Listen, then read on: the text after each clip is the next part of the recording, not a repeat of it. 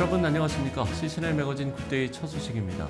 한소망교회 류영모 목사의 원로 추대 감사 예식이 지난 15일 한소망교회에서 열렸습니다. 1990년 개척해서 34년 동안 한소망교회를 섬겨온 류영모 목사는 이날 성도들을 비롯한 교계 참석자들과 함께 디지털 역사관 개관식과 감사 찬양 축제 등 다양한 기념 행사와 교회 역사를 돌아보며 향후 비전을 나누는 시간을 가졌습니다. 한편 원로 추대 감사 예식은 전 영남신학대학교 총장 권용근 목사가 꺾이지 않는 사명이란 제목의 설교를 전하며 류영모 목사의 은퇴 후 사역은 한소망교회 확장 사역으로 생각하면 될 것 같다고 말했습니다. 이어서 참석한 한소망교회 성도들이 류영모 목사를 축복하는 순서를 가졌고, 류영모 목사는 하나님이 가족이 되셨듯이 교회는 가족이어야 한다며 하나님 앞에 설 때까지 행복한 가족으로 살아가자고 답사를 전했습니다. 제가 얻은 교회론 대답이 있습니다. 삼일체 하나님이 가족 되었듯이 한 몸 되었듯이 교회는 가족이야 하는 응답이었습니다. 우리가 함께 가족됨을 이루어왔기 때문에 정말 하나님 앞에 설 때까지 행복한 가족으로 살아가십시다. 여러분 그동안 고마웠습니다. 사랑합니다. 국제구호단체 사마리안 퍼스가 전 세계 어린이들에게 선물 상자와 함께 복음을 전달하는 오퍼레이션 크리스마스 차일드 선물 상자 포장 행사를 개최했습니다.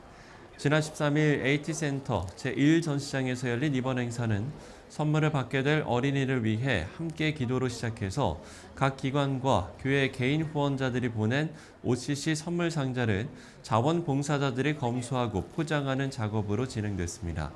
한편 사마리안 퍼스 코리아의 오기선 대표는 OCC 선물 상자는 지리적으로 접근이 어려운 지역이나 복음이 전파되기 힘든 곳까지 전달된다며 복음을 기다리는 어린이들에게 희망과 기쁨을 선물해주면 좋겠다고 말했습니다. 대한예수교장로회 통합총회 동반목회지원위원회가 109회기 정책협의회를 개최했습니다. 지난 13일 100주년 기념관에서 열린 협의회 개회 예배에는 총회장 김영걸 목사가 말씀과 성령으로 일어나자라는 제목의 설교를 전했습니다. 이어서 열린 시상식에서는 자립노예로 전환한 영주노예와 영주노예를 지원한 노예들, 그리고 의당 기념사업회, 표창과 감사패를 전달하는 순서가 진행됐습니다.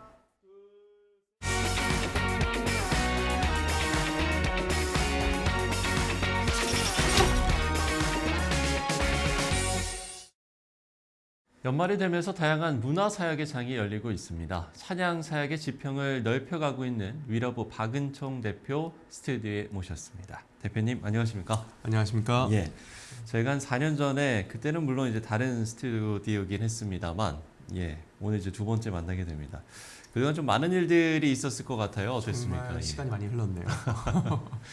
그동안 뭐 코로나도 있었고 그렇죠. 많은 일들이 있었을 것 같습니다. 저희가 코로나 시대를 지나면서 저희가 예배 컨텐츠 팀으로 알고 있던 저희 정체성을 다시 재정립할 수 있는 시간이었던 것 같아요. 우리는 예배팀이었구나. 네. 정말 예배를 사랑하고 정말 많은 분들과 함께 예배 드리길 원하는 팀이었구나를 좀 재정립하는 시기가 아니었나 싶었습니다. 사실 코로나 때 이제 어려움을 겪은 분들도 상당히 많잖아요. 그렇죠. 네, 위러브는 어땠나요? 괜찮았습니까? 저희도 너무 힘들었죠. 저희도 내부적으로 이때까지 저희가 그 마지막 뵀을 때에 저희가 건물은 번듯하게 세워놓고 내부 인테리어가 전혀 없는 상황 같은 팀이었던 거예요. 그러니까 많은 분들이 사랑해 주시지만 막상 실제로 안에 봤을 때 우리가 전혀 성장해 있지 못한, 그만큼 우리가 역량이 따라가지 못한 상황이었던 것 같고 그 코로나 시국 가운데에 저희 내부적으로도 많이 성장할 수 있는 시기였던 것 같습니다. 요즘에 정말 바쁘시다고 들었는데 투어 일정 중이신데 지금 소개를 해주시면 좋을 것 같아요. 네, 저희가 사실 다른 어떤 방송국과 함께 이제 투어를 쭉 돌고 이제 마지막 서울은 이제 그게 좀 어그러져서 저희가 이제 준비를 하게 되었어요. 그래서 이번 주 토요일에 네. 선한목자 교회에서 이제 서울 지역, 경기 지역에 계신 분들과 함께 이제 연말 마지막 집회를 준비하고 있습니다. 그동안 그러면 어느 지역을 이렇게 쭉 돌았는지. 그게 네. 대구, 울산, 순천, 익산, 대전, 천안 이렇게였나요? 아무튼 한 6, 7곳 정도 이렇게 네. 돌아다녔던 것 같습니다. 반응은 뭐 당연히 뜨거웠겠죠. 그렇게 봐주시면 너무 감사하고요. 예. 그 뜨거웠던 반응을 볼 수가 있는 게 뭐 저희 주변에서도 이번에 이제 티켓팅 하려고 봤더니 매진이었다 이런 얘기들을 네네. 정말 너무 많이 감사하게도 하더라고요. 네.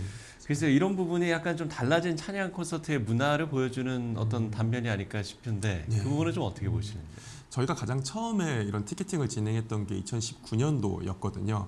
그때는 멋 모르고 진행을 했었어요. 네네. 왜냐면 저희가 뭐 재정도 없고 뭐 어떻게 준비할지 모르고 그랬던 거였는데, 근데 시간이 지나고 나서 저희가 좀 준비가 됐을 때는 다시 이제 아무나 오실 수 있게. 근데 또 오셨는데 자리가 없어 돌아가시면 안 되잖아요. 그렇죠. 그러니까 다른 방법으로 이제 예매를 할 수 있게끔 했었어요. 근데 이게 어려운 게 구글로 예매를 하니까 구글이 디도스 공격인 줄 알고 서버를 닫아버리고, 그리고 다른 무료 서버를 또 빌리니까 네. 거기는 또 용량이 감당이 안 돼서 계속 서버가 터지고, 너무 많은 분들이 감사하게도 좋아해 주셔가지고 네네.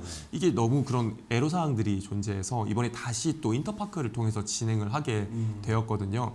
근데 그 시기를 쭉 지나오면서 이게 또 하나의 문화가 되어 있는 거예요. 그래서 이거를 또 어떻게 신학적으로나 또 교계적으로 어떻게 바라볼 수 있을지 다양한 방법으로 바라볼 수 있겠지만, 저는 그래도 여전히 자기가 어떠한 문화생활 혹은 자기 어떠한 신앙생활에 있어서 이 금액을 지불하는 행위 자체가 그 마음 자체가 좀 귀하게 보여지더라고요. 마치 어른 세대가 11조라는 제도나 여러 가지 것들을 통해서 교계를 더욱더 든든하게 잘 세워왔던 것처럼 네. 자기들만의 신앙의 어떤 문화의 한 부분으로서 좀 예쁘게 봐주시면은 감사하지 않을까라고 생각이 좀 듭니다. 위러브는 뭐 여러모로 찬양 사역의 한 획을 그은 사역자들이기도 한데 올해 KCCM 어워즈에서 또 상을 네. 받으셨더라고요. 이 네네. 내용도 이야기를 해주신다면. 네. 올해 앨범상이라고 이렇게 너무 거창한 타이틀로 이렇게 저희에게 연락을 주셔가지고 네네. 저는 이제 그때 또 집 사는 사역이 있어서 가지 못했지만 저희 팀원들이 이제 방문해서 이제 감사한 말씀 전해드리고 네네. 네, 이제 저희가 받아도 되나 싶은 생각이 좀 너무 좋은 곡들도 많고 너무 좋은 팀들도 많고 저희보다 더 열심히 하는 분들도 많으실 텐데 네네. 근데 이제 저에게 주셔가지고 그냥 감사하다는 말씀밖에 드릴 게 딱히 없을 것 같습니다. 예. 사실 이렇게 뭐 사역자들이 팀을 이뤄서 사역하는 분들, 뭐 위러브뿐만 아니라 다른 팀들도 많이 있는데 예전과 이런 사역 콘텐츠 참 많이 달라졌을 것 같은데요. 예전과 비교를 한다면 어떻게 좀 이야기를 해주시겠습니까? 제가 지금 딱 떠오르는 생각은 이게 참 재미있는데 이게 K-팝을 이야기할 때에 보는 음악으로 많이 평가를 하거든요. 네. 단지 어떤 음악적인 것뿐만이 아니라 비주얼적인 게 정말 중요한 음악이 K-팝으로 많이 평가를 받아요. 그렇게 비교를 하자면은 저희 세대의 음악과 혹은 그런 문화적인 옷을 지금 찬양이 덧입고 네. 이게 어떤 영상이 엄청 중요한 세대가 된 거죠. 그래서 저희도 처음에 컨텐츠를 만들 때 그의 예배 음악 자체를 단지 듣는 예배 음악으로 끝나는 것이 아니라 봄으로써 그리고 그 예배 음악 자체에 내가 들어가 있는 것 같이 내가 그 예배의 한 부분이 된 것 같은 편집 기법이나 이런 것들을 많이 추구하는 편이었어요. 근데 사실 이제는 코로나 시국을 지나서 지금 또 흐름상 제가 느끼기에는 네네. 다시 원래대로 좀 회귀하려고 하는 다시 본질적으로 그 찬양 자체에 더 집중하고 찬양 자체에 더 접근하려고 하는 흐름이 좀 저에겐 느껴지는 것 같아요. 그래서 단지 비주얼적인 거는 그냥 덤일 뿐이고 제일 중요한 것은 사실 그 예배와 그 예배를 잘 담아낸 그 예배 음악과 곡이지 않을까라고 생각됩니다. 그래서 다르다기보다는 다시 잠시 좀 다양한 옷들을 갈아입지만 결국 본질적인 거는 과거 시대와 지금과 늘 동일하지 않을까라고 생각을 하게 되는 것 같아요. 예. 자, 그런가 하면 박은총 대표는 청년 사역뿐만 아니라 또 어르신들을 위한 찬양 콘서트, 또 해외 사역까지 그 지경을 상당히 넓히고 계신다 이렇게 이야기를 들었는데 네, 이 이야기도 궁금하거든요. 일단 제가 이게 청춘 찬양단이라는 이름으로 네. 어쩌보니까 이제 60, 80 세대 분들, 또 50세까지 같이 예배를 드리고 지난주에도 이제 부산에서 너무 좋은 예배를 드리고 왔는데 사실 또 다른 하나의 옷인 것 같아요. 그분들의 그 어떠한 그 시대의 신앙을 잘 담아낸 곡들, 네네. 또 곡들 하나하나가 너무 주옥같이 좋지 않습니까? 사실 저도 그 세대와 살짝 그 맞물려 있는 세대거든요. 어렸을 때 이제 부모님 따라 이제 기도원이나 막 구국 기도 같은 데 가면은 늘 함께 고백되어지고 이제 찬양했던 그 하나의 문화가 저도 있다 보니까 이게 다른 거지 틀린 게 아니거든요. 근데 어른 세대들이 늘 양보하셔야 되는 문화가 너무 안타까운 거예요. 왜냐하면 늘 그 옷을 입고 살아오셨는데 시간이 흘렀으니까 그게 잘못된 걸로 치부되는 게 너무 안타까운 거죠. 그래서 저는 이게 서로 간에 너무 과한 희생을 하고 있는 것 같아요. 어른 세대는 어른 세대에 맞게끔 그 찬양과 그 옷으로 찬양할 수 있는 거고 젊은 세대는 젊은 세대에 맞게끔 할 수 있는 부분이라고 생각을 해서 그러면 우리가 위럽으로서 늘 젊은 세대에 관련된 것들 많이 했으니까 나는 위의 문화도 공감하기 때문에 윗세대를 위한 찬양을 또 하면 좋겠다라고 생각을 해서 좀 시작을 하게 되었습니다.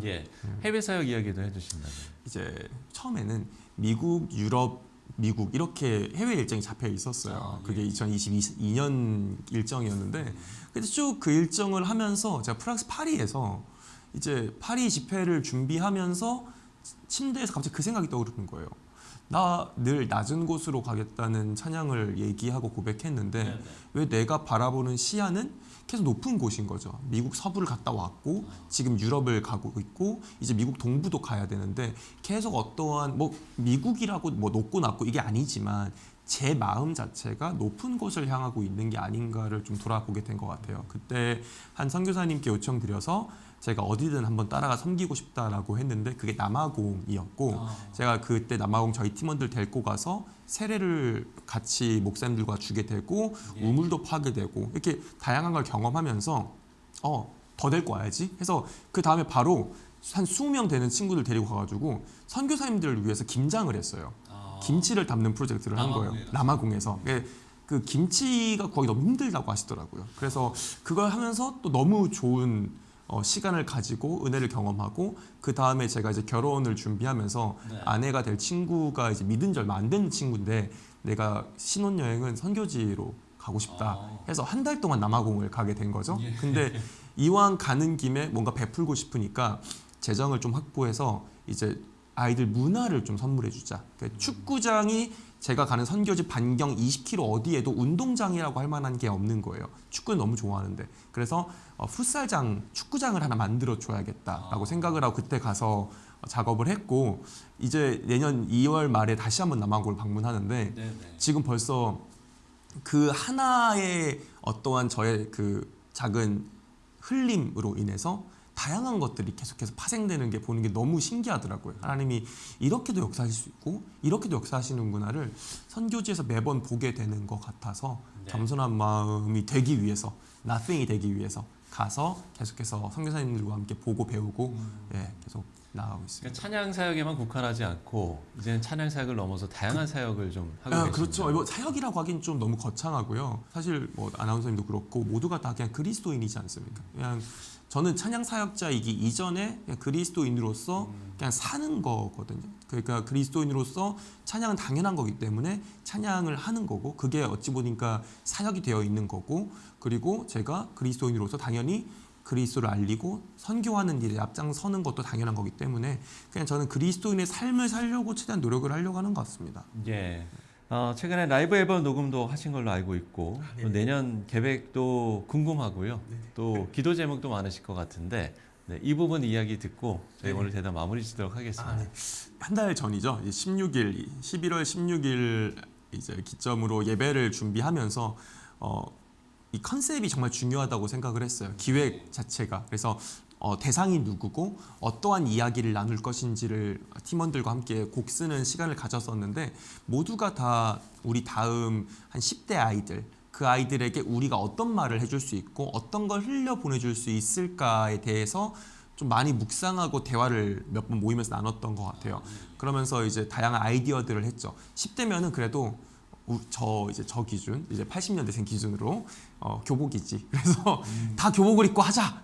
이렇게 해서 학교에서 하자. 그래서 학교 체육관을 좀 빌려서 다 교복 입은 10대 아이들만 모인 상태에서 함께 예배를 드렸었어요. 같이 메시지와 곡들을 나누고 그게 이제 지금 녹화 방송 기준 1시간 뒤에 이제 발매가 되는데 너무 좋은 시간이었고 색다를 거예요. 곡들 자체나 그 다양한 댄스와 랩들과 이런 것들이 너무 아이들의 문화에 맞춰져 있는 예배거든요. 근데 그것과 마찬가지로 전 내년에 두 가지를 같이 포커스를 두는데 이제 위러브 팀 같은 경우에는 외부 사역은 좀 최대한 자제하고 저희 팀 내부의 어떠한 앨범과 선교지 방문을 좀 중심으로 흘러갈 것 같고요. 그리고 또 반대로 완전 반대로 이제 아까 말씀드린 그 청춘 찬양단이란 이름으로 이제 기존 세대 어른들 세대에 더 잘 맞는 옷으로 더 예배 사역은 그쪽으로 더 집중을 해서 이 투 트랙으로 내년 1년 동안 열심히 달려갈 것 같은데 저희 기도 제목은 사실 이거를 하는 모든 과정 가운데에 하나님 인도하심이죠. 하나님보다 앞서지 않는 사람이었으면 좋겠고 멈추라고 했을 때에 당당하게 멈출 수 있는 사람이 됐으면 좋겠습니다. 그리고 여러 가지 일정들이 많다 보니까 이제 가정이 생겨서 가정에 또 집중을 해야 하지 않습니까? 그래서 우리 가족을 이제 잘 챙기고 가정을 세우면서 또 사역과 밸런스 있게 잘 진행할 수 있는 그런 지혜가 하나님의 지혜가 저에게 좀 임할 수 있기를 좀 기도합니다. 예. 모든 과정에 하나님의 인도하심이 있기를 시청자 여러분들께서도 많이 기도를 주시면 좋을 것 같습니다. 네, 지금까지 위러브 박은총 대표와 이야기 나눠봤습니다. 대표님 오늘 말씀 고맙습니다. 감사합니다.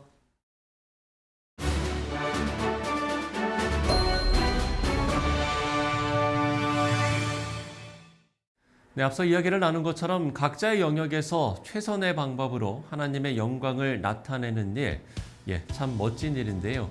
예술 영역뿐만 아니라 우리의 일상 동안 하나님이 드러나는 자리가 돼야겠다는 생각 다시 한번 해보게 됩니다.